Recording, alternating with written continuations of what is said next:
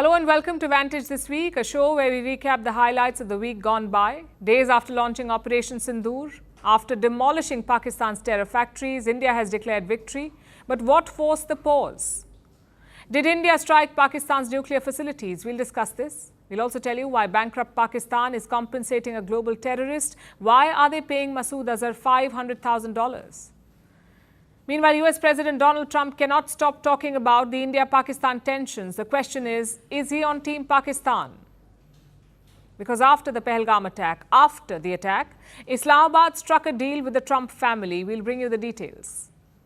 And speaking of Trump, he has completed his grand trip to the Gulf and received trillions of dollars in investment promises. We'll discuss all of this and tell you about Anita, Anand, the foreign minister in Canada's new cabinet. All this and more lined up. Let's get started.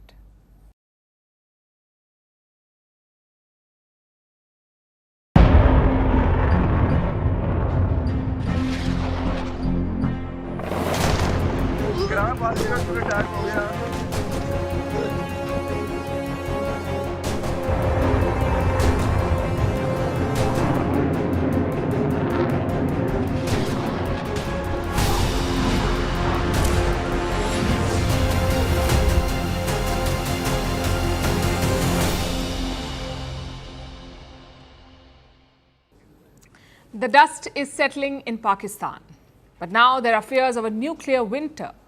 I'm sure you've seen the online chatter, an unconfirmed strike, rumors of radiation leak, mysterious Egyptian flights and suspicious earthquakes. It's got all the makings of a dramatic war story. But what is the truth here?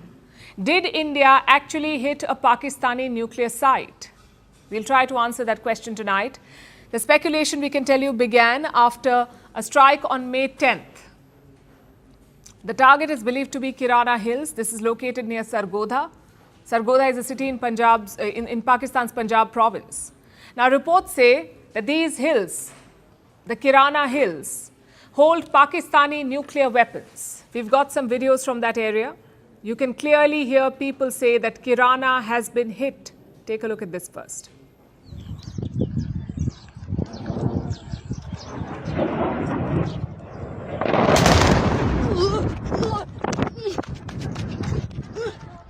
किराना पहाड़ी ਦੇ ਵਿੱਚ ਸੁਗੇ attack ਹੋ ਗਿਆ ਮਜ਼ਾਰ attack ਹੋਇਆ ਉਹ ਦੂਜਾ ਇੱਕ ਹੋਰ ਅਟੈਕ ਹੋ ਗਿਆ ਮੁਸਲਸਲ ਅਟੈਕ ਹੋ ਰਹੇ ਕਿਰਾਨਾ ਪਹਾੜੀ ਤੋਂ ਦੋ ਅਟੈਕ ਹੋ ਗਏ ਦੋ ਮਿਜ਼ਾਈਲ ਫਾਇਰ ਹੋਏ ਅਭੀ And cue the speculation. Experts wondered if India had struck a Pakistani nuclear site, specifically the entrance to the site. The timing is certainly suspect. Within hours of this attack, Pakistan sued for peace. The Americans also spoke about some alarming intel that they had received. Now, all of this added fuel to the fire. Some people were convinced that India had hit Kirana Hills. The Indian military was asked about this. The answer was a resounding no. Thank you for telling us that Kirana Hill houses some nuclear installation. We did not know about it. Okay. And we've not hit Kirana Hills, whatever is there. Okay. I did not brief in my briefing yesterday. He said it as clearly as possible, yet the rumors did not end. Yesterday, the issue reached the US State Department. They were asked a yes or no question. Has a US team gone to Pakistan over nuclear radiation fears? Has America sent a team to check nuclear radiation in Pakistan? That was the question. Listen to the answer. Has US sent a team to Islamabad or Pakistan following the reports that there have been leaks of nuclear radiation in some of the secure Pakistani sites? I have nothing to preview on that at this time. They did not confirm or reject it. Now add to that a mysterious Egyptian plane. It landed at a small airport north of Sargodha, and this happened recently. Reports say it was carrying boron to Pakistan. Now, boron is a chemical element. It is often used to suppress nuclear reactions. So the speculation is that Pakistan is using boron to contain the fallout. Now, just to be clear, there is no official word on such a disaster, neither from India nor from Pakistan. Nonetheless, it's a story worth looking at because India has created a new doctrine against Pakistan, and in this doctrine, nuclear blackmail will not be accepted. Prime Minister Modi himself has made that clear. कोई भी nuclear blackmail Bharat नहीं सहेगा. Both India and Pakistan have around 170 nuclear warheads each. India has a no first use policy, meaning we will only use nukes in response to a nuclear attack. We will not be the first ones to use or to fire a nuke. But Pakistan has a different policy. They have talked about using any weapon to defend themselves, perhaps even nuclear weapons. They do not rule it out. Until now, Pakistan has hid behind this nuclear shield. But as Prime Minister Modi said, it won't work anymore. Nuclear blackmail or not, India will strike back. Which brings us to Pakistan's arsenal. Their nukes are stored in a disassembled state. What does that mean? It means that the warhead is stored separate from the missile. So if you want to fire them, you'll have to assemble them first. You'll have to load the warhead on the missile. Now the question is, where are they stored? Across the country. Pakistan can fire nukes from the air and land, not from the sea yet. From the air, they can fire nuclear weapons using the Mirage planes. 4 bases in Pakistan are said to house the Mirages. The Minaz base in Attock, the Rafiqi base in Shorkot, the Shahbaz base in Jacobabad, and the Masroor base near Karachi. These 4 bases have the Mirage jets. So logically, the nuclear warheads should be nearby, near these bases. Then you have land-based ballistic missiles like the Shaheen 2 and the Fateh 2.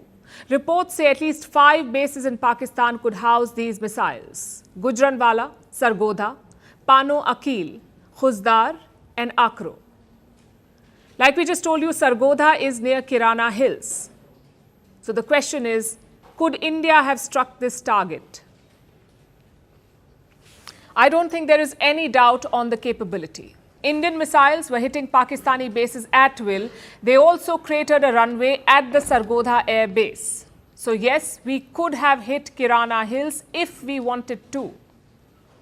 Whether we actually did or not is a different question. The Indian Army says we did not. And 2 factors would have guided this decision. Number 1, the escalation. You see, striking air bases is one thing, but striking a nuclear site is a major escalation. And as the military said, that was never our intention. Operation Sindoor was non-escalatory from the word go. That's the first point. Factor number 2, the fallout. Kirana Hills is just 170 kilometers from the Indian border. If there is an explosion, if there's a nuclear explosion there, would the fallout be limited to Pakistan? Or would it be felt across the border too, in India? New Delhi would have thought about it. Also, our forces have used their strength responsibly. Throughout this conflict, Pakistan targeted Indian civilians, but India made sure that Pakistani civilians did not become collateral damage. Plus, our forces have proven their ability to carry out precision strikes. So I repeat, had India wanted, it could have struck Pakistani nukes by first hitting the base near their nuclear command center and then hitting the mountains holding the nukes. It would have been the death blow. But India's denial has been categorical. So as things stand, there was no nuclear escalation. It's just one of those war stories that fuel intrigue and imagination. And thank God for it.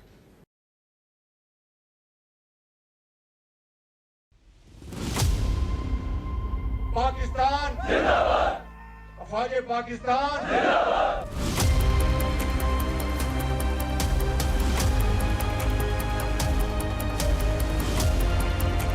I can say without any fear of contradiction.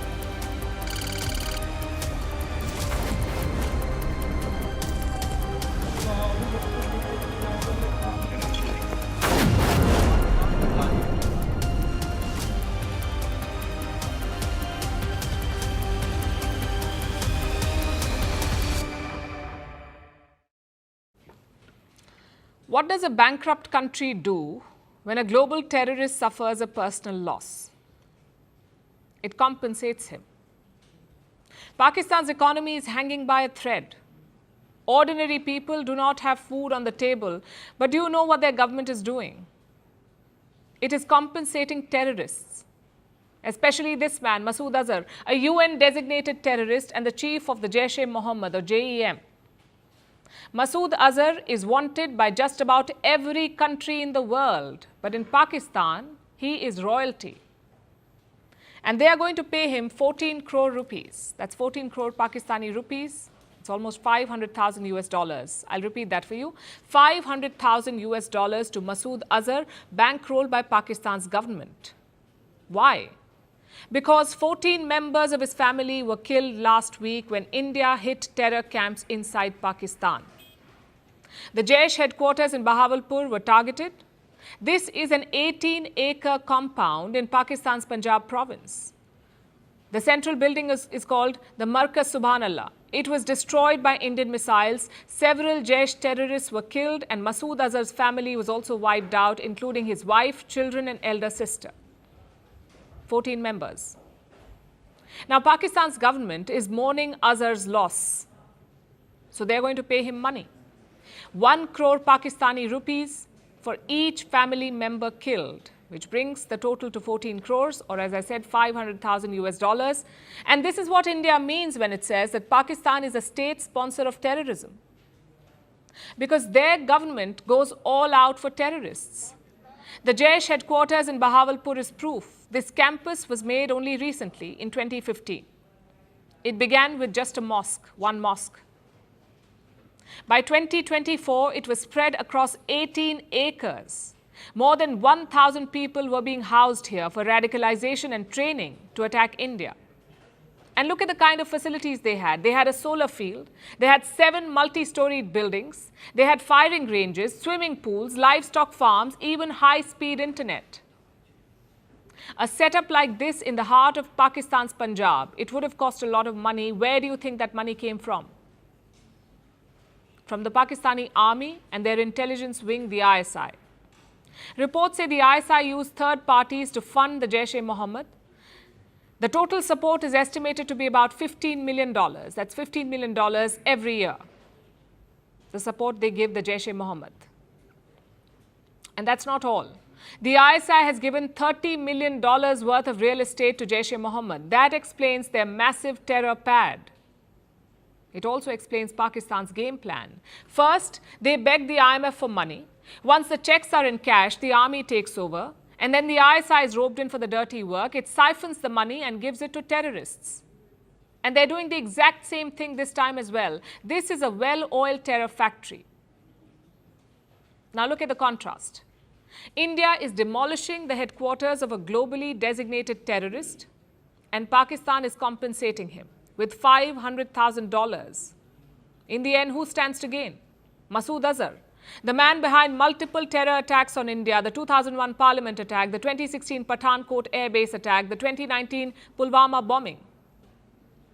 Pakistan's compensation to Masood Azar is not a payout, it is blood money, stained with the lives of innocent Indians. And this is Pakistan's reality. Their economy is in free fall. Their people are struggling to make ends meet. Daily bread is a luxury, yet Pakistan has money for Masood Azar. And here's the kicker. Pakistanis know how bad this is. Of course, they're living this nightmare. Thousands have fled to West Asia, only to be sent back in humiliation. We have the latest numbers. More than 5,000 Pakistanis were deported last year from countries like Saudi Arabia, the UAE and Qatar. 5,000. Do you know why they were deported? Because they were begging. They went to West Asia and started begging, maybe taking cues from their government. But it's not funny. $500,000 for a global terrorist defies all logic. But then again, this is Pakistan. It's a country where terrorists are given state funerals, where bodies of terrorists are wrapped in the national flag, and as always, the international community is silent. No headlines, no primetime debates, not even a reluctant editorial. So let me ask the tough questions here. First to the IMF, do you know where your money is going? Is it feeding the hungry, or is it funding terror? You've given 24 bailouts to Pakistan, the highest number to any country. What are they doing with your money? Or forget Pakistan, do you know what you're doing? That's the first question. My next question is to the West. Where is the outrage? You have all the time to lecture India, but you lose your voice when it comes to Pakistan. How is a bankrupt nation funneling thousands of dollars to a terrorist? And why is the international community napping? Pakistan's priorities are not just misplaced, they are dangerous.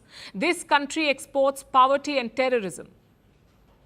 Pakistan may be broke, but its ideology of terror is rich.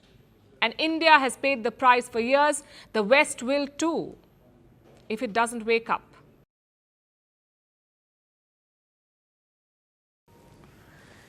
There is a war raging in Pakistan, one that doesn't make it to primetime news. But it is real and it is brutal. It is not a war against India or Afghanistan. It is a war against Pakistan's own people. I'm talking about Balochistan, a region that has been burning for decades. Pakistan's army, once feared, is now struggling here. They are unable to hold ground in their own country.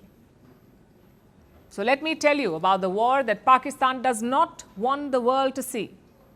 Balochistan is Pakistan's largest province. It makes up 44% of their land. It is rich in minerals like gold, copper and oil. It is at the heart of China's multi-billion-dollar pet project, CPEC, the China-Pakistan Economic Corridor. So Balochistan is wealthy. But for the Baloch people, this wealth has been a curse. The province remains the poorest in Pakistan. People do not have schools or hospitals. Do you know what they have? They have checkposts, army convoys, and forced disappearances. Thousands of Balochis have vanished, kidnapped, tortured, and killed. Hundreds of women have been raped. Pakistan's army calls it counter-terrorism, but let's call a spade a spade. This is oppression by the Pakistani army. And the Baloch are no longer complaining. They're fighting back.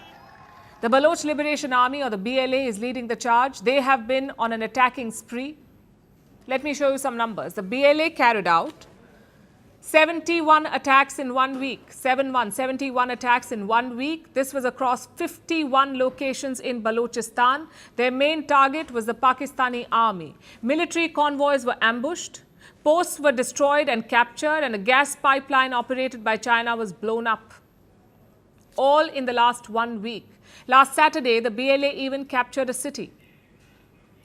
And these are not isolated incidents. The BLA is mounting sustained and heavy costs on Pakistan's army.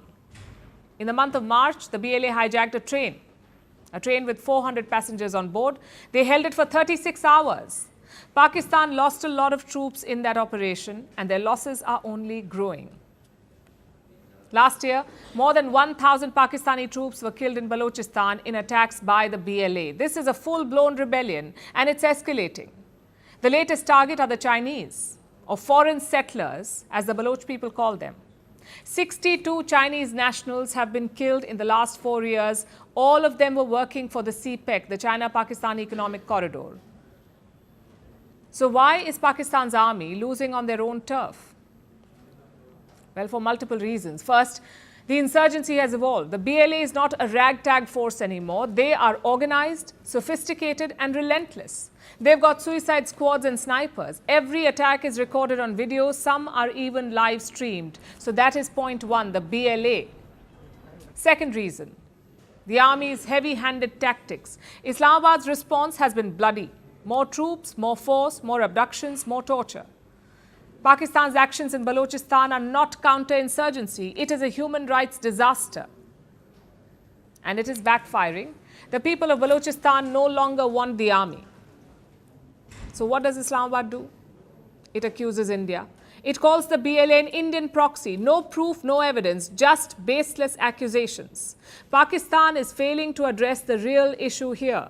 The Baloch people have been neglected, they have been marginalized, and they are furious. And all of this is making China quite nervous.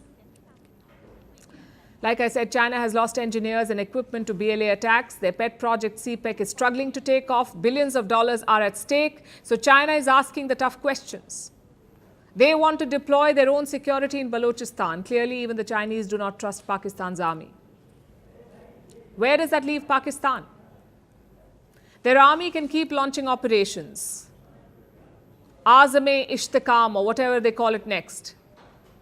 But Balochistan is a political crisis, not a military one.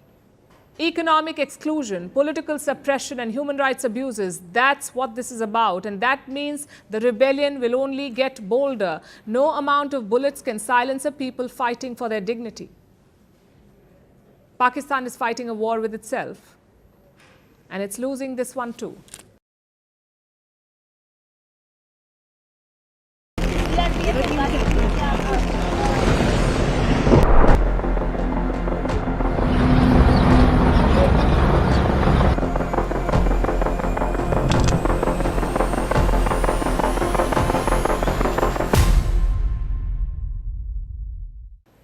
India's fight against terrorism has entered a new phase. Operation Sindoor is still on, and today the Indian forces kicked off a second operation. They're calling it Operation Keller. Now, this one is to intensify a manhunt. We're looking for the terrorists who carried out the Pahalgam attack. It's been almost 3 weeks. Those attackers are still at large. So today, India launched a new operation. The Indian Army carried out an encounter. They eliminated 3 terrorists. It began in Kulgam, which is a town in Kashmir. As the Indian forces approached, the terrorists tried to flee, but they were soon cornered in Shopian, a city close to Kulgam, and that is where they were neutralized. The gunfight happened in an area called Shokal Keller, and that is how the operation got its name, Operation Keller. The Indian forces took out all the 3 terrorists here. Among them was a major target, a man called Shahid Kute.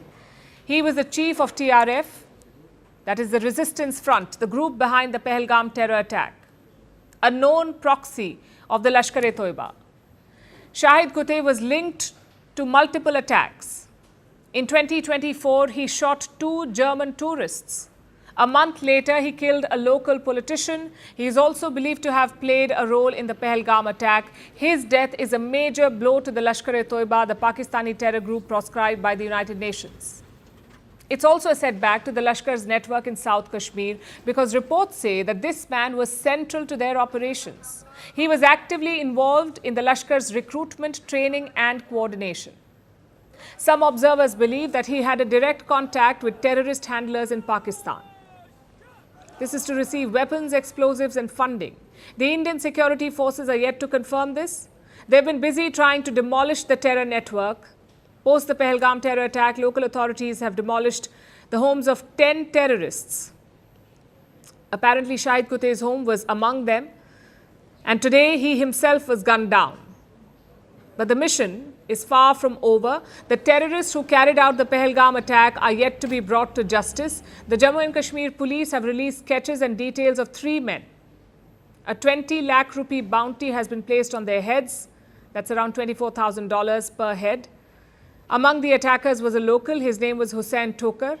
The other 2 terrorists were Pakistanis. One of them is called Ali Bhai, also known as Talha. The second is Hasim Musa, who also goes by the name Suleiman.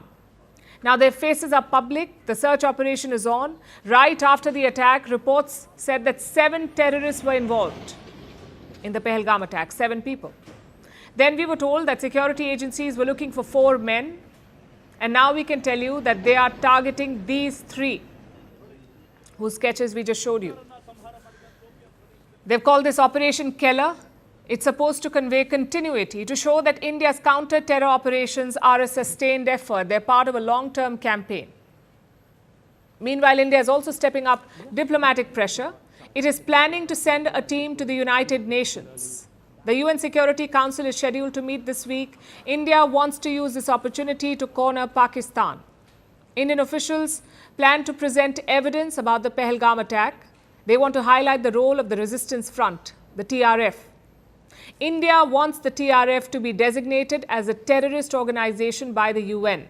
It wants to highlight Pakistan's complicity. Remember, Pakistan has been actively trying to protect the TRF. In the aftermath of the Pahalgam attack, the UN Security Council issued a statement. Look at that statement. It condemns the attack, but it did not name the TRF. That's because Pakistan got the name removed. They got any reference to the TRF removed. Pakistan is a non-permanent member of the UN Security Council. It worked with China, which is a permanent member, and together they shielded the TRF. And that has actually gone against them.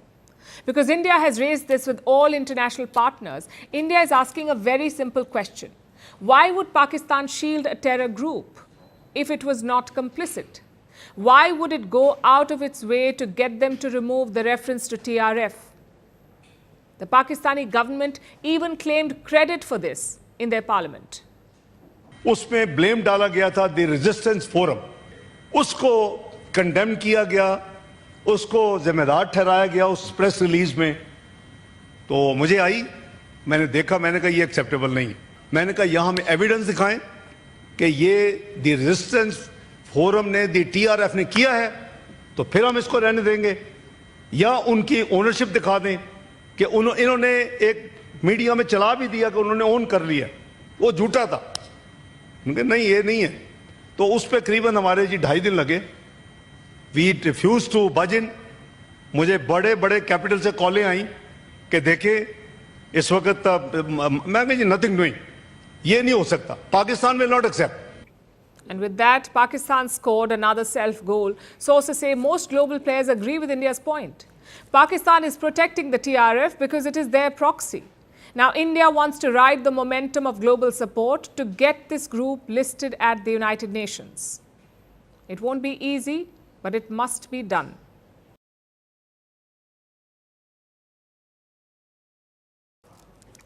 Meanwhile, a social media war is afoot. There are calls to boycott Turkey and Azerbaijan. These are the two countries that condemned Operation Sindoor. They condemned India's strikes on Pakistan's terror factories. So now many Indians are hitting back. They're hitting where it hurts. Tourism. People are cancelling travel plans to Turkey and Azerbaijan. Travel agencies have put a temporary pause on bookings. They've also cut ties with the Turkish Airlines, which is the country's national carrier. And this backlash spells bad news for both Turkey and Azerbaijan. After all, India is one of their biggest tourism markets. Our next report has more. Amid tensions between India and Pakistan, anger is brewing on social media. It's abuzz with calls to boycott Turkey and Azerbaijan. This comes after both the countries condemned India's strikes against the Pakistani terror factory. Azerbaijan expressed solidarity with Pakistan. Turkey called India's retaliatory strikes provocative attacks targeting civilians. Turkey also armed Pakistan with drones that were neutralized by New Delhi. So the two nations have drawn ire in India. There is a growing chorus to boycott travel to the West Asian countries. Many Indians are cancelling their bookings. Across India, many travel agencies and online platforms have taken a strong stance as well. They have put a temporary pause on travel bookings in Turkey and Azerbaijan. This includes Cox & Kings, Ixigo, ClearTrip, and several other travel firms. Ixigo's top boss says, blood and bookings won't flow together. The Ease My Trip founder says, travel is a powerful tool. Let's not use it to empower those who don't stand with us. This is bound to spell bad news for both the countries. India is one of the fastest growing tourism markets for Turkey and Azerbaijan. In 2014, less than 5,000 Indians visited Azerbaijan. In 2024, the number stood at more than 243,000. That's a growth of about 5,000% over the past decade. Tourists from India have been a boon to Azerbaijan. And what about Turkey? In 2014, about 120,000 Indians traveled to the country. Last year, the number increased to 330,000. This is an increase of about 176% over the past decade. But now, it's expected to take a hit. Several Indian travel companies are cutting ties with Turkish Airlines as well, which is the country's national carrier. The airline's partnership with Indian airline Indigo is also under fire. The two have an agreement to operate joint flights over US and European destinations. Social media users have questioned this partnership. Now, it's unlikely that the partnership will cease amid the backlash. However, the damage will be felt. Market dynamics dictate flight capacity. The Maldives is a clear example of this. Last year, some ministers in Maldives made derogatory comments against the Indian Prime Minister.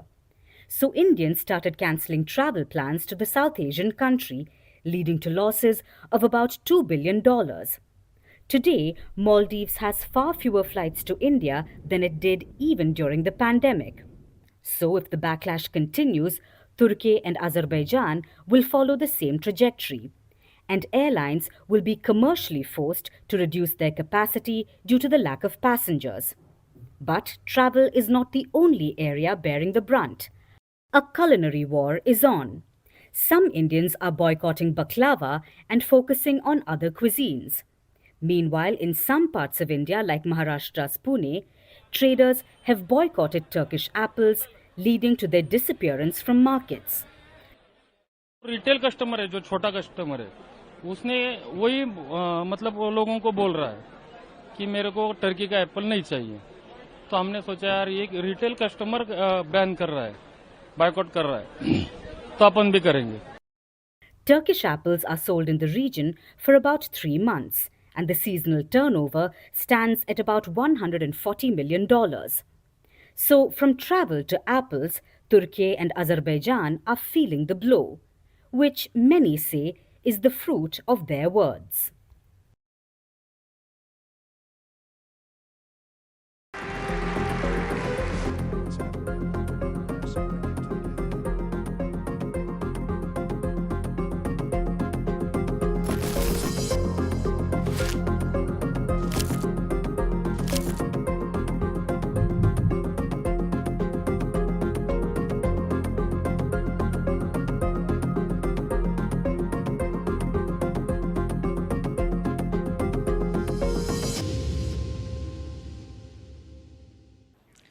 Donald Trump is a great guy to have on your side. He's daring and unpredictable. But if he plays for the rival team, then he can be a nightmare to deal with. Right now, many Indians would agree with that. They're wondering, is US President Trump on Team Pakistan? Take a look at the latest hint. Pakistan has struck a deal. And this is the government of Pakistan. They have struck a deal with a firm called World Liberty Financial. World Liberty Financial, that's a company. It's basically a cryptocurrency deal. The goal is to turn Pakistan into a South Asian crypto hub. Now, it's a confusing move, to be honest. Last we checked, the IMF does not give loans in Bitcoin. So why would Pakistan need crypto? And that's not the only suspicious part. Guess who owns this firm? Who owns World Liberty Financial, the company they've signed a deal with? It is owned by the Trump family. They hold a 60% stake in this company, the US president's family, his 2 sons and his son-in-law. How did they get this deal with Pakistan? Reports say it was pushed by Trump's special envoy, Steve Witkoff. He's a long-time golf buddy of the US president. With no background in policy making, he is now leading America's policy on Russia and Israel. His only qualification is that he's played a lot of golf with Trump. And this man, Steve Witkoff, struck a crypto deal with Pakistan, between Trump's family and Pakistan. Suspicious, isn't it? Especially when you look at the timing. This deal was signed after the Pahalgam terror attack. So the Trump family knew what was happening, and yet they went ahead. Their delegates met Pakistan's army chief and prime minister, and only after that was the deal signed. Like I said, it is quite fishy. Now add to that the US president's meddling. Donald Trump will not stop talking about Kashmir. He's in West Asia right now, and once again he boasted about mediating a ceasefire between India and Pakistan. Listen to this. And by the way, I don't want to say I did, but I sure as hell helped settle the problem between Pakistan and India last week, which was getting more and more hostile. And we talked to them about trade. Let's do trade instead of do war. And Pakistan was very happy with that, and India was very happy with that. And how long have you been fighting? About 1,000 years. Oh, that's a lot. I'm not sure about that. I'm not sure about settling. That's a tough one. The amount of ignorance out there. Like we've said before, the Kashmir issue is not thousands of years old. It dates back to 1947. Also, what's this obsession with trade? Kashmir is a deeply emotional issue for India and Pakistan. You think they would settle it over trade? Pakistan may need the money, but India is under no such pressure. Today, Foreign Minister S. Jaishankar made India's position clear. All dealings with Pakistan will be bilateral. Our relations, our dealings with them will be bilateral and strictly bilateral. That is a national consensus for many years, and there is absolutely no change in that consensus that dealings with Pakistan will be bilateral. That's a polite way of saying stay away. But knowing Trump, he won't. He is known for making such wild unilateral claims. Take trade, for example. Trump says India is offering zero tariffs to America, basically no tariffs on US imports. Just one problem though, India has not announced any such move or offer. Again, the clarification came from Minister Jaishankar. Any trade deal has to be mutually beneficial. Any trade deal has to work for both the countries. And I think that would be our expectation from the trade deal. And until that is done, I think any judgment on it would be premature. India says any judgment would be premature, but that is not stopping Trump. He is also threatening companies against making in India, companies like Apple. Apple was thinking about setting up factories in India. Trump's tariffs made China unsustainable, so Apple thought, why not make in India? But US President Donald Trump says he will not allow it. I had a little problem with Tim Cook yesterday. I said to him, Tim, you're my friend. I've treated you very good. You're coming in with $500 billion, but now I hear you're building all over India. I don't want you building in India. You can build in India if you want to take care of India, because India is one of the highest tariff nations in the world. It's very hard to sell into India. In baseball, there are 3 strikes. Trump has used them up in just 1 week. First, he claimed credit for ending the fighting between India and Pakistan. Then he unilaterally claimed zero tariffs from India. Then he warned Apple against making in India. And now we get news of his family striking a deal with Pakistan, which brings me back to my original question. Whose side is Donald Trump on? Personally, we know he's on the side of money. Look at his dealings in West Asia. Trump is taking a $400 million plane from Qatar. He's calling it a personal gift, but let's be honest, it is a bribe. And this Pakistani crypto deal is not very different. Many experts in Pakistan say it doesn't make sense at all. Let me quote from an article in the Dawn newspaper. This is what it says. Pakistan's rapid embrace of digital currencies appears to be a leap before looking. It appears to be driven by a desire to mirror the success stories of other emerging markets rather than by a clear-eyed assessment of its own regulatory readiness. They're saying Pakistan is not ready for this. So Pakistan is in a sudden hurry to embrace crypto even though it's not ready. And they have entrusted the Trumps to do it. But that alone does not explain the American policy. They have long-standing ties with Pakistan, the Americans, ties that date back to the Cold War.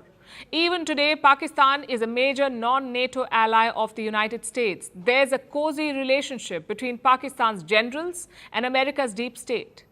And indications are that that won't change. So it's up to India to respond. Should India rethink its ties with the US? Well, not necessarily. For starters, India is not looking for an alliance with Washington. India is looking for a mutually beneficial relationship. Sort of like no strings attached. Secondly, we must contextualize America's position. They have always intervened to bail out Pakistan in 1971, in Kargil, in 2019 Balakot, and again last week. The only difference? India-US ties have improved significantly since then. So politicians and the public had higher expectations from the US. The truth is, we shouldn't have. America has always been a shaky partner. I'm sure the Indian leadership knows this well. The solution is not to make a U-turn. The solution is to be more careful. For example, India is looking for a fifth-generation fighter jet. We want to buy a fifth-generation fighter jet. We have proposals from the US and from Russia. But should we entertain the American proposal now? Can we trust them to supply technology when we need it? These are questions that our leaders must think about. Because Donald Trump will come and go. But can we trust the US establishment?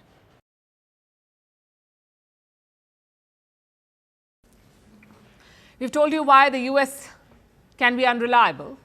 Now let me tell you about their media. They are living in a dream world of their own. Their coverage of Operation Sindoor has been nothing but biased. For days, they were headlining that Indian jets were shot down. Their target of choice is the Rafale. The Indian side has neither confirmed nor denied these reports, but the American media pushed it, quoting unnamed US and French officials and random Pakistani sources. Why would they do it? To paint the Rafale, the French-made Rafale, in a negative light and to show that American jets are better. So we say it's time for a reality check. Let's see how good the American jets are. The US spends close to $1 trillion on defense every year. You heard that right, $1 trillion every year on defense. It boasts of the most powerful navy, the most stealthy fighter jets, and the most advanced drones. Yet look at how they perform. A rebel group in Yemen is giving them a run for their money. I'm talking about the Houthis of Yemen. They have done what most militaries fail to do for decades. They have exposed how vulnerable the US military is. To understand how, let me tell you about what's happening in the Red Sea. The world's most expensive jet, the F-35, was nearly shot down. Not by sophisticated air defense systems like the S-400, but by cheap anti-aircraft missiles used by the Houthis. And American officials have confirmed this. They have confirmed that one F-35 stealth jet almost got hit. It barely made it back to the base. The Americans say the F-35 is the stealthiest jet in the world. They claim even advanced radars cannot detect it. But guess what? The Houthis could see it. This is the same jet that the US is desperate to sell to India.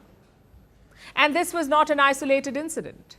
Even the F-16 is struggling. It's another jet that the US is trying to sell to India, but even the F-16 was almost shot down by the Houthis.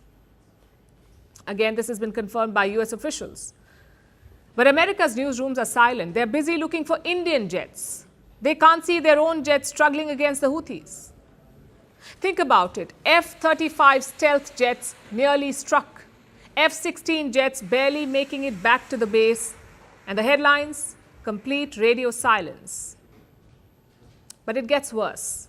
America's war against the Houthis has been a costly affair. The US Navy has lost 3 fighter jets till now. These were the F-18 Super Hornets. They've lost 3 of them, F-18. Each aircraft cost $70 million. Do you know how these jets were lost?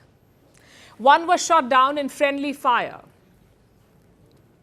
An American warship mistook it for a Houthi drone, so they shot down their own jet.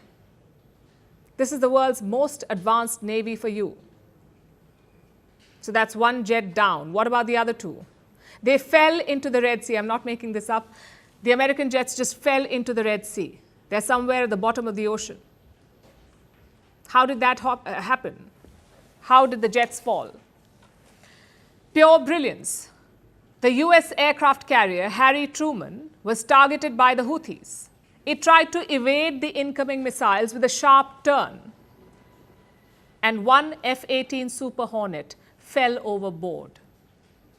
This happened twice. The aircraft carrier turns and a jet just slips into the sea.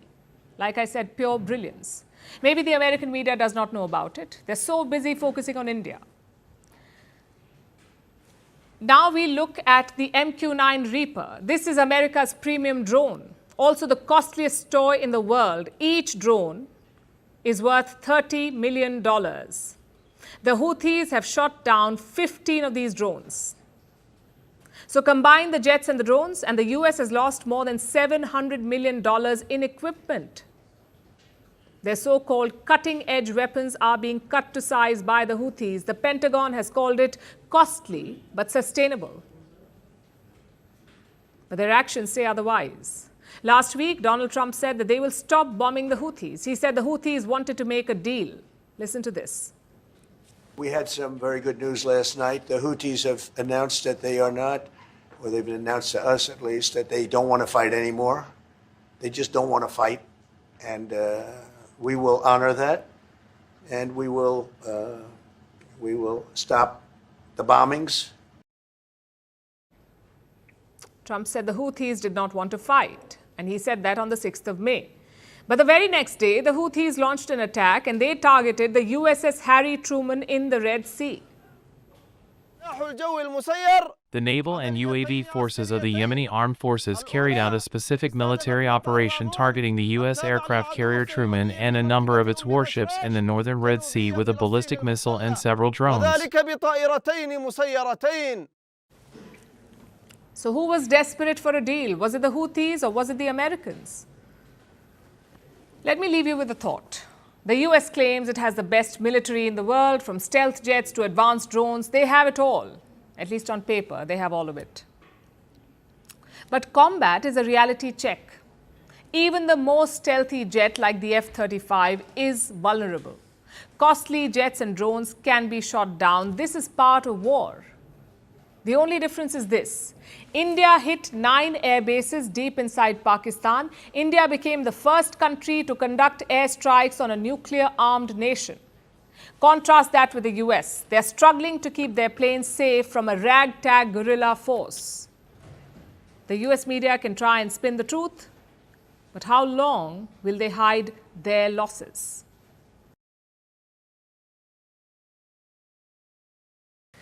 For the next story, let me start by showing you 2 pictures. The first one is this, a classic FBI most wanted poster. The reward is $10 million. Look at the name on it. Mohammed al-Jolani, a notorious terrorist leader. Anyone who could help track him down would walk away a millionaire. That's the first picture. Now take a look at the second picture. That is US President Donald Trump shaking hands with a West Asian leader. Do you know who that man is? You guessed it. It's the very same Mohammed al-Jolani. Only now he's no longer hiding in the shadows. He is the president of Syria. Clearly, a lot can change in 6 months. 6 months ago, Jolani was a terrorist leader fighting against the Assad regime. That government, the Assad regime, collapsed last December. Bashar al-Assad fled the country. Al-Jolani took over. And now he's meeting the US president. He is the first Syrian leader to meet an American president in 25 years. The last such meeting was between Bill Clinton and Hafiz al-Assad in the year 2000. Hafiz was Bashar al-Assad's father. How did you find the Syrian president? Right. I think very good. Young, attractive guy, tough guy. You know, strong pass.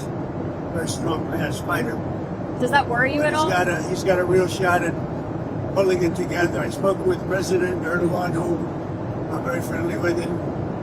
He feels he's got a shot at doing a good job. It's a torn up country. There's no playbook for this. Mohammed al-Jolani was once a top commander of Al-Qaeda. He's now running a country. And guess who just decided to legitimize him? Donald Trump. He's calling him a good and attractive guy. The question is why? According to Trump, it's all about one man, Saudi Crown Prince Mohammed bin Salman. I will be ordering the cessation of sanctions against Syria in order to give them a chance at greatness.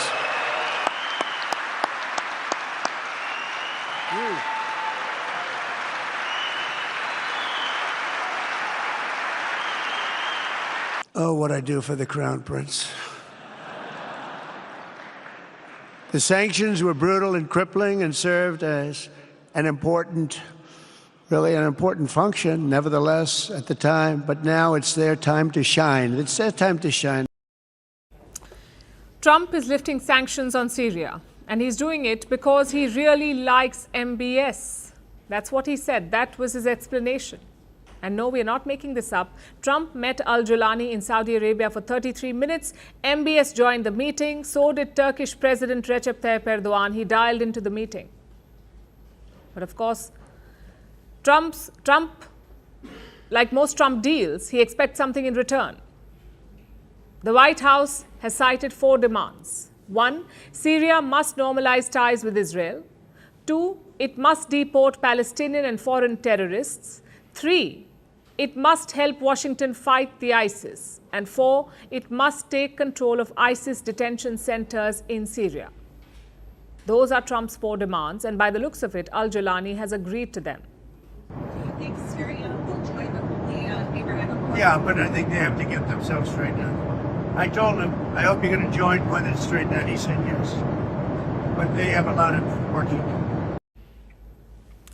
But the lifting of sanctions is a long and complicated procedure. There's also the added burden of rebuilding Syria. The civil war that began in 2011 has ravaged the country. The cost of rebuilding stands at about $400 billion. So a rapprochement with the US is a big step forward, and Syrians were seen celebrating this meeting.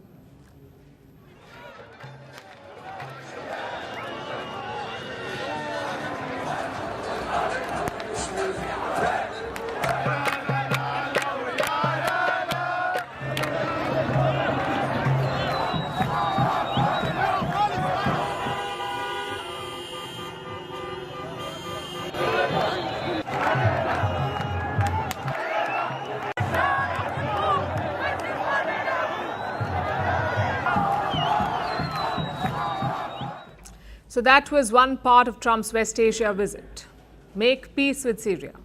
The other part was dancing with the Saudis, figuratively and maybe even literally. In 2017, Trump's first foreign trip as US president was to Saudi Arabia, and now in his second term, he chose to do the same. He arrived in Riyadh for his first state visit. He was escorted by Saudi fighter jets, greeted by lavender carpets, grand parades, Arabic coffee, and even a McDonald's cart outside.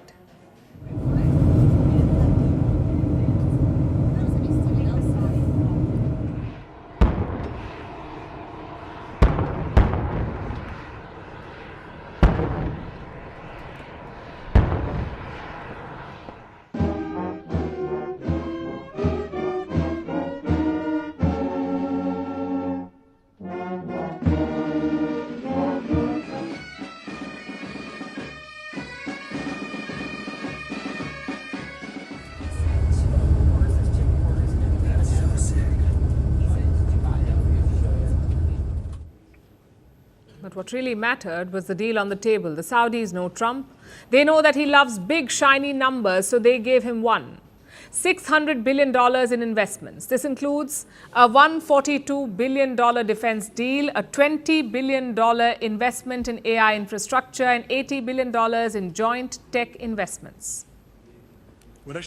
Today, we are working on partnership opportunities worth $600 billion, including more than $300 billion agreements announced during this forum. And with this trip, we're adding over $1 trillion more in terms of investment into our country and buying our products. And, you know, nobody makes military equipment like us. We have the best military equipment, the best missiles, the best rockets, the best everything. Best submarines, by the way. But even friendship has its limits. And for Saudi Arabia, that red line was the Abraham Accords. It is Trump's dream. He wants Saudi Arabia to normalize ties with Israel, but Crown Prince MBS is not so keen. And that's understandable. It's because of the Gaza war. Riyadh has made one thing very clear. It will not happen. Normalization will not happen until there is a clear path to Palestinian statehood. But Trump still persisted. It's been an amazing thing, the Abraham Accords, and it's my fervent hope, wish, and even my dream that Saudi Arabia, a place I have such respect for, especially over the last fairly short period of time, what you've been able to do, but we'll soon be joining the Abraham Accords. Even without normalization, it was a successful trip. From here, Trump has now flown to Qatar. More deals and meetings await there. And then his final stop is the United Arab Emirates. But amid all of this, Trump did not forget about another country, and that is Iran. He even tried for peace in Saudi Arabia. How? By extending a thorny olive branch to Iran. I want to make a deal with Iran. If I can make a deal with Iran, I'll be very happy if we're going to make your region and the world a safer place. But if Iran's leadership rejects this olive branch and continues to attack their neighbors, then we will have no choice but to inflict massive maximum pressure, drive Iranian oil exports to zero like I did before. Trump stressed that Tehran can never have a nuclear weapon, but he said that he was ready for a deal and he urged Iran's leaders to take it. I want to make a deal with Iran. I want to do something if it's possible. But for that to happen, it must stop sponsoring terror, halt its bloody proxy wars, and permanently and verifiably cease its pursuit of nuclear weapons. They cannot have a nuclear weapon. Now, you may be wondering, what is Donald Trump up to? He has lifted sanctions on Syria. He has secured billion-dollar deals in Saudi Arabia. He's offering a deal to Iran. By doing so, he's rewriting decades of U.S. foreign policy on the fly. So what is Donald Trump's West Asia doctrine? Well, it appears there isn't one. Trump does not see the world in red lines or alliances. He sees it in opportunities and deals. For Donald Trump, every door can be knocked on, every sanction is negotiable, every war is just a business deal waiting to be closed. In Trump's West Asia, there are no friends or foes. There are only deals and deal makers.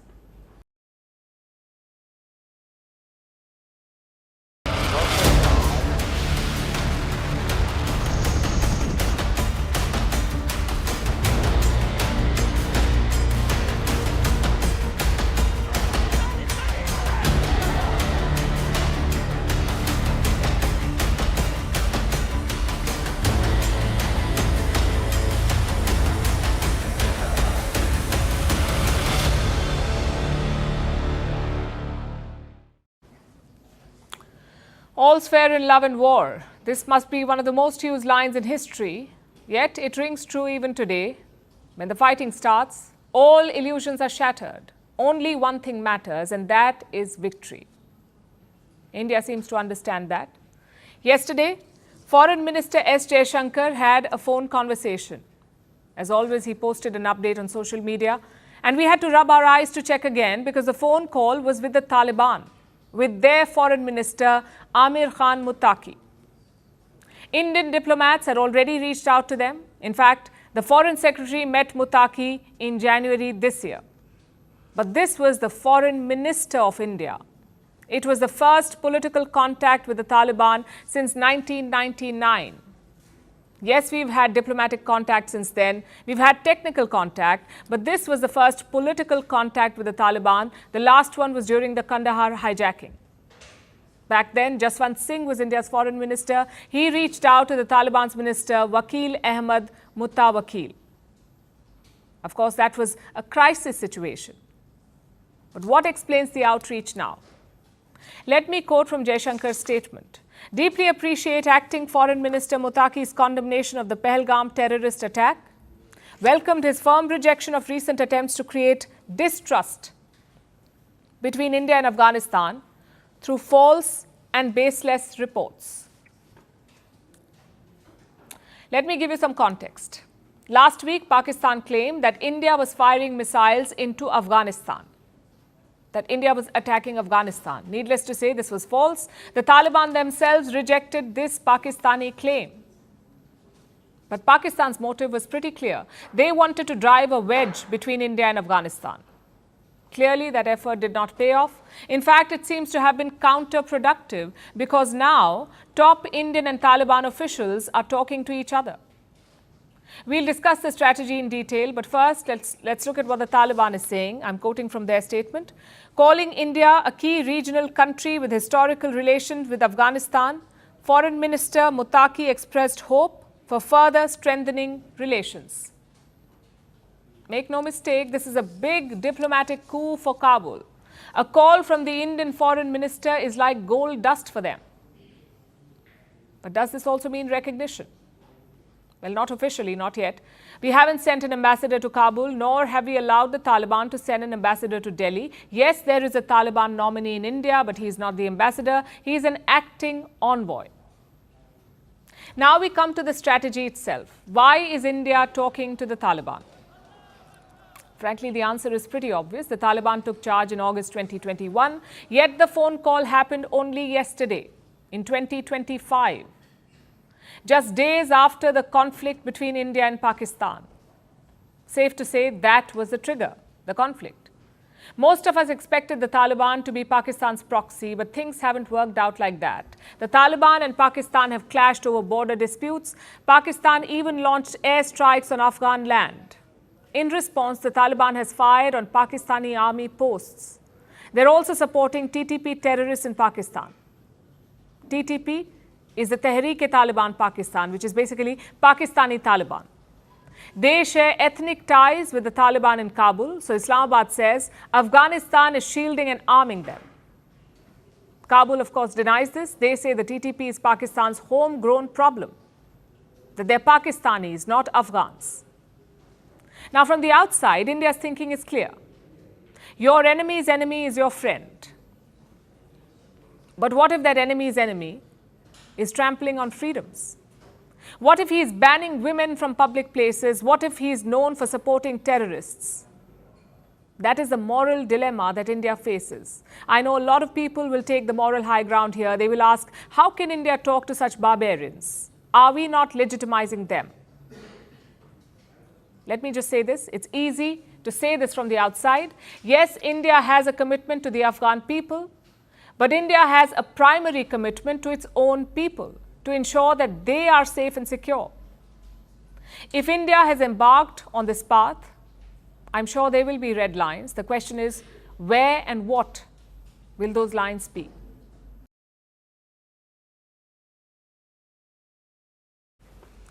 Our next story is from Canada, where Prime Minister Mark Carney has announced the new cabinet. Carney came to power when Khalistani sympathizer Justin Trudeau stepped down. An election followed in Canada and Carney won it.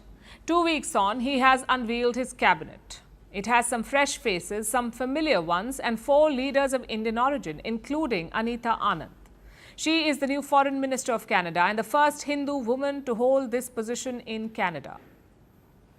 So how should India see this? Here's a report.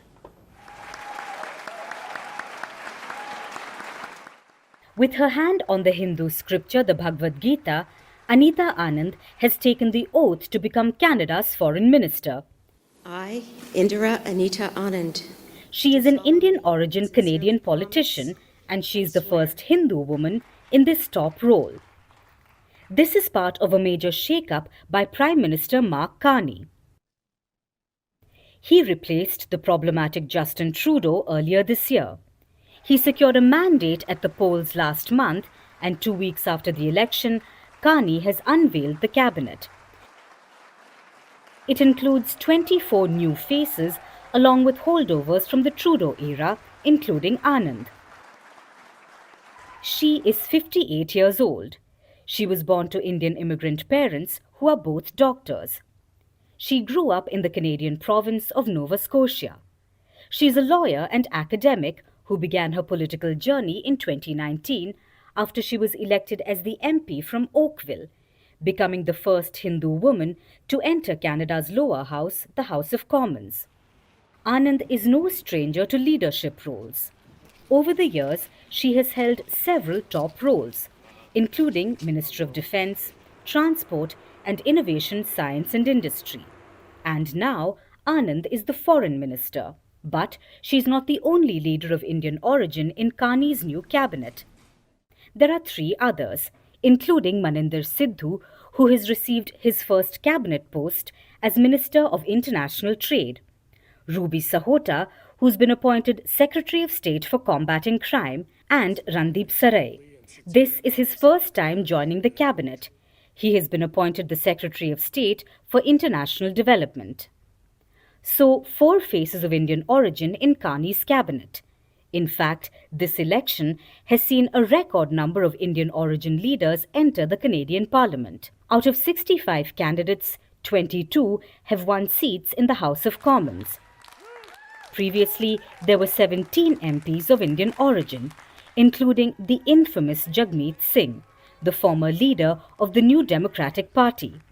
Singh and his party suffered a crushing defeat in the recent election, a clear sign of voters rejecting his extremist agenda against India. Under the Trudeau government, Canada has harbored and emboldened Khalistani terrorists.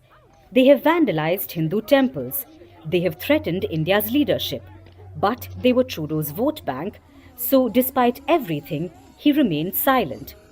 What's more, Canada picked a fight with India, accusing New Delhi of killing the Khalistani terrorist Hardeep Singh Nijjar.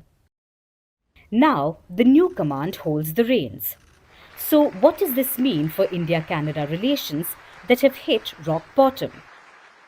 On the one hand, there's hope, especially as Anand had previously in 2023 condemned Trudeau and spoken up against hate speech targeting Indian diplomats.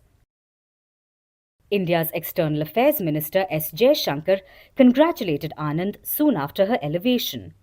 The two share a Tamil Nadu connection as well. Jaishankar hails from the state and so does Anand's mother. But Prime Minister Carney needs to do more to improve ties with India. Just this month, pro-Khalistan terrorists rallied in Toronto. They called for violence and mocked Indian leaders. But what did the new Canadian Prime Minister do? Nothing.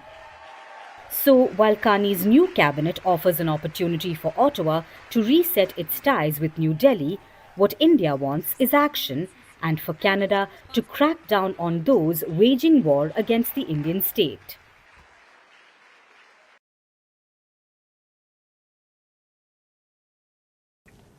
We've shown you what Indian leaders are up to. They're meeting cabinet colleagues, they're briefing the president, they're planning for India's defense. But what is happening on the other side? What are Pakistani politicians up to? Well, Shehbaz Sharif did something very original. He visited an air base struck by India. Sounds familiar? It should, because yesterday Prime Minister Modi did the same thing. He spoke with an S-400 and a MiG-29 in the backdrop. And Shehbaz? He too spoke with a missile in the background. Not a real missile, but a banner with a missile printed on it.